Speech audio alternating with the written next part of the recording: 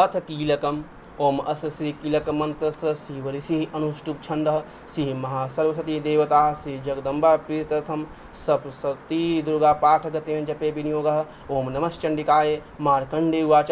ओम विशुद्ध ज्ञानदेहाय त्रिवेदीय दिव्य चक्षुषे श्रेय प्राप्ति निमित्ताय नमः सौभाग्यधारणे सर्वमेता द्विजानीयाम अंतरामभिकीलकं सोऽपि क्षेमवाप्नोति सततं जाप्य तत्परः सिद्ध्यन्त्योच्चाटनादिनी वस्तुनो सकल्यानपि एतेन स्तोताम देवी स्तोत्रमात्रेण सिद्ध्यन्ति। ओम चंडिका देवी को नमस्कार है। मार्कंडेय जी कहते हैं, विशुद्ध ज्ञान की ही जिनका शरीर है, तीनों वेद ही जिनके तीन दिव्य नेत्र हैं, जो कल्याण प्राप्ति के हेतु हैं तथा अपने मस्तक पर अर्धचंद्र का मुकुट धारण करते हैं, उन भगवान शिव को नमस्कार है।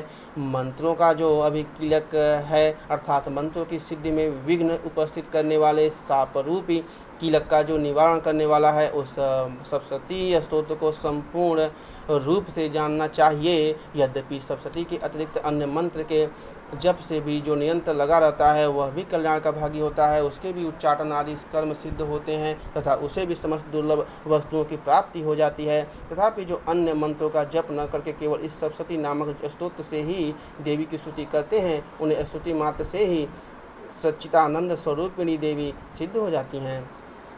न मंत्रो न औषधम तत्र न किंचिदपि विद्यते विना जपेन सिद्ध्यते सर्वमुच्चाटनादिकं समग्रामपि सिद्ध्यन्ति लोकशङ्कां इमां हरः कृत्वा निमन्त्रयामास सर्वमेव इदं सुखम्।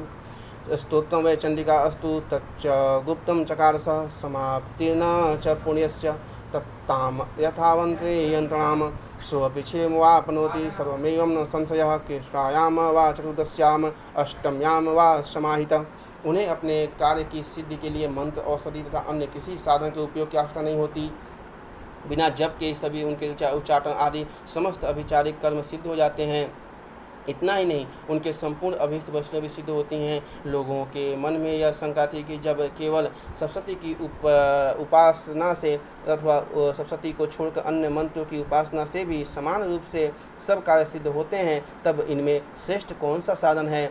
लोगों की इस शंका को सामने रखकर भगवान शंकर ने अपने पास आए हुए जिज्ञासुओं को समझाया कि यह सप्तशती नामक संपूर्ण स्तोत्र ही सर्वश्रेष्ठ एवं कल्याणमय है। तदंतर भगवती चंडिका के सप्तशती नामक स्तोत्र को महादेव जी ने गुप्त कर दिया। सप्तशती के पार से जो पुण्य प्राप्त होता है, उसकी कभी समाप्ति नहीं होती, किंतु अन्य मंत्रों के जप जन्य पुण्य की समाप्ति हो जाती है। अतः भगवान शिव ने अन्य मंत्रों की अपेक्षा जो सप्तशती की ही श्रेष्ठता निर्णय किया, उसे यथार्थ ही जाना चाहिए। अन्य मंत्रों का जप करने वाला पुरुष भी यदि सप्तशती के स्तोत्र और जप का अनुष्ठान कर ले, तो वह भी पूर्ण रूप से ही कल्याण का भागी होता है, इसमें तनिक भी संदेह नहीं है। जो साधक कृष्ण पक्ष की चतुर्दशी अथवा अष्टमी को एकाग्रचित होकर भगवती की सेवा में अपना सर्वस्व समर्पित कर देता है और फिर उसे प्रसाद रूप से ग्रहण करता है, उसी पर भगवती प्रसन्न होती हैं, अन्यथा उनकी प्रसन्नता नहीं प्राप्त होती। इस प्रकार सिद्ध के प्रतिबंध रूप कीलक के द्वारा महादेव जी ने इस स्तोत्र को किलित कर रखा है। जातिपति की हंति नान्यथैसा प्रसीदति इत्थरूपेण कीलेन महादेवेन कीलितं योम निष्किलाम विधाय नाम नित्यं जप्ति संस्फुटं स सिद्ध सगुण सोऽपि गंधर्वो जायते नरः न च वाप्यट्रस्य भयं क्वापि इह जायते नापमृत्युवशं वा याति मृत्यो मोक्षं वाप्नुयात् ज्ञात्वा प्रारभ्य कुर्वीत न कुर्वाणो विनश्यति ततो ज्ञात्यवैव सम्पन्नम् इदं प्रारभ्यते बुधये। जो पूर्वोक्त रीति से निष्कीलन करके इस सप्तशती स्तोत्र का प्रतिदिन स्पष्ट उच्चारण पूर्वक पाठ करता है, वह मनुष्य सिद्ध हो जाता है, वही देवी का पार्षद होता है और वही गंधर्व भी होता है।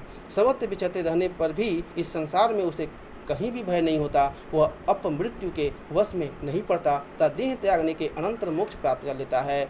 अतः कीलक को जानकर उसका परिहार करके ही सप्तशती का पाठ आरंभ करें। जो ऐसा नहीं करता उसका नाश हो जाता है। इसलिए कीलक और निष्कीलन का ज्ञान प्राप्त करने पर ही यह स्तोत्र निर्दोष होता है और विद्वान पुरुष इस निर्दोष स्तोत्र का ही पाठ आरंभ करते हैं। सौभाग्यादि च यत्किञ्चिददिश्यते ललनाजने तत्सर्वं तत्प्रसारेण तेन जाप्यम् इदं शुभं स्नेहस्तु जप्यमानेन अस्मिन् स्तोत्रे सम्पत्तिरुचिके भवत्येव समगामपि ततः प्रारभ्यमेव ततः ऐश्वर्यं यत्प्रसारेण सौभाग्य आरोग्य संपदः शत्रुहानि परमोक्ष अस्तु यतेषां न किंजने ओम इति दिव्या किलक स्तोत्रम संपूर्णम। स्त्रियों में जो कुछ भी सौभाग्य आदि दृष्टिगोचर होता है वह सब देवी की प्रसाद का ही फल है। अतः इस कल्याण में स्तोत्र का सदा जप करना चाहिए। इस स्तोत्र का मंद स्वर से पाठ करने पर स्वल्प फल की प्राप्ति होती है और उच्च स्वर से पाठ करने पर पूर्ण फल की प्राप्ति होती है। अतः उच्च स्वर से ही इसका पाठ आरंभ करना चाहिए। जिनके प्रसाद से ऐश्वर्य सौभाग्य आरोग्य संपत्ति शत्रुनाश तथा परम मोक्ष की भी सिद्धि होती है, उन कल्याणमयी जगदम्बिका की स्तुति मनुष्य क्यों नहीं करते। इसी के साथ देवी किलक स्तोत्र यहीं समाप्त हुआ।